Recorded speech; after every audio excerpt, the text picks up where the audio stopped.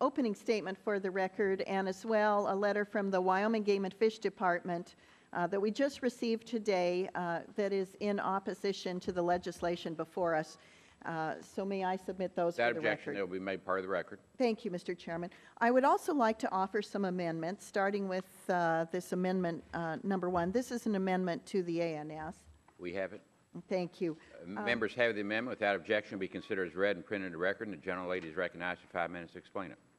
Thank you, Mr. Chairman. The Wild Free Roaming Horses and Burros Act of 1971 set into place the recognition of two important facts: that wild horses and burros deserve a place on public lands within the framework of a multiple-use policy, and that those horses and burros must share that space with native wildlife and livestock. As a result, management of federal rangelands is a balancing act that recognizes the importance of all the users of the range. Today's legislation elevates the importance of wild horses over native wildlife and even endangered species. Rather than attempt to mitigate the damages on wildlife and the ecosystem of the range, this legislation would make the problem worse by exporting it to other areas. This First Amendment simply removes the authority to expand the rangeland for wild horses beyond the agreed-upon horse management areas. Mr. Chairman, every other large animal that uses the range is managed and monitored to maintain the health of the rangeland. Livestock grazing allotments in Wyoming have been reduced 20% in the last 10 years in response to drought conditions. The game and fish manage wildlife to a degree, but wildlife go wherever they can survive. Horses, by contrast, will reproduce at a rate of 20% in good times and bad, and the only management tool available is to remove horses. Horses compact the soil, destroy riparian areas, and use sage grouse leks for roll areas. That increases the bare ground. Sage grouse, as you know, are being managed as endangered species and threatened species. I've been told of an eyewitness account of a wild horse stallion chasing down and trampling an antelope that had been trying to access a water source. In other words, horses are the bullies of the range. They are a non-native invasive species that is not managed in any way other than restricting their area of use and their numbers. The 1971 bill limits the rangeland to about 29 million federal acres, but the proposed legislation would open up to an additional 130 million acres. At an annual reproduction rate of 20%, it is only a matter of time until wild horses become the bullies of the entire 160 million acres, not just the bullies of the 29 million acres where they currently reside. And this legislation will have accomplished nothing. So do we really want to set ourselves down this path? The bottom line, Mr. Chairman, is rangeland health can only be achieved with management of all the large animals that must share the land. Expanding the areas only means that we will be forced to manage a larger area at a much greater cost, and it's difficult enough, Mr. Chairman, to manage the areas we have now. Mr. Chairman, I yield back the balance of my time. Print into record. Thank you, Mr. Chairman. Amendment number 2 would require that the Secretary of the Interior study the impacts of an increased range area. By elevating the status of the wild horse above wildlife and rangeland health, we are drastically changing the ecosystem.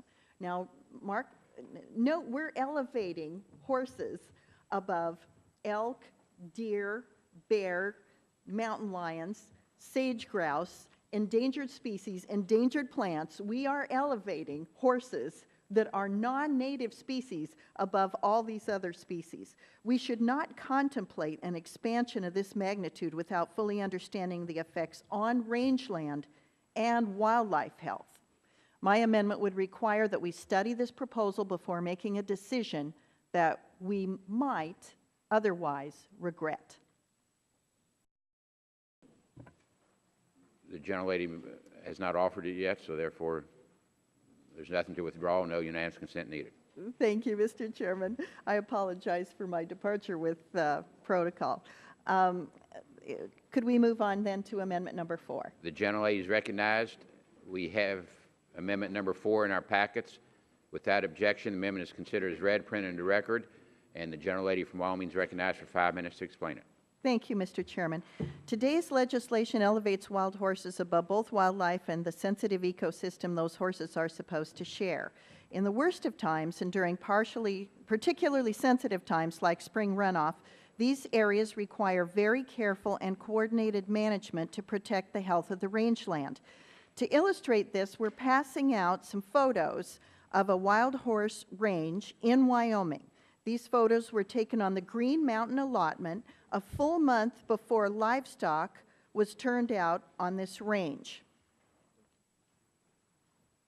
The top photo is a riparian area. The mounds in the foreground and midground are called hummocks, and they're caused by hoof action during partially frozen land conditions.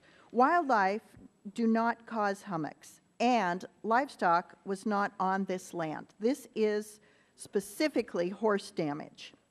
The bottom photos show significant damage to the soil adjacent to a small water source being used by horses, again, a month prior to any livestock use. They have trampled the soil, broken down the banks near the water with their solid hooves, and caused water quality to deteriorate. The second picture is a close-up of the trampling damage at the water resource. The bill today, Mr. Chairman, removes the ability to reduce wild horse populations, even where there's evidence of damage to the plants and water quality. My amendment would allow horses to be removed from public lands when they threaten the health of native plant life.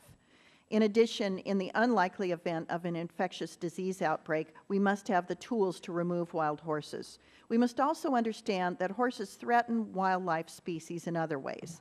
Horses use sage-grouse habitat for roll areas, for fly bunches, and that increases bare ground and harms sage-grouse habitat, which we're desperately trying to manage at considerable expense as a threatened species.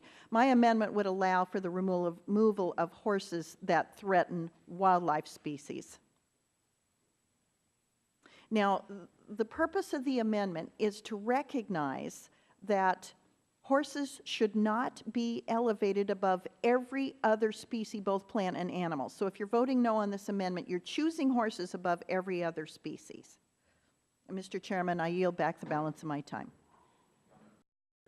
And she's recognized for 5 minutes to explain it. Thank you, Mr. Chairman. Following passage of the Wild Horse and Burro Act of 1971, the range was defined as a herd management area. However, those areas included private and other lands that proved difficult and expensive or impossible to manage. In a series of decisions with significant public input, the BLM created the horse management areas in use today.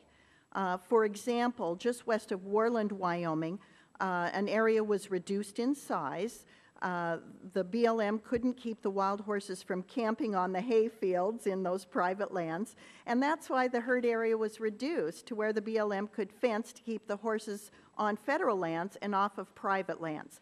Today's legislation would force these private lands to be added back to the herd area. I have other examples as well.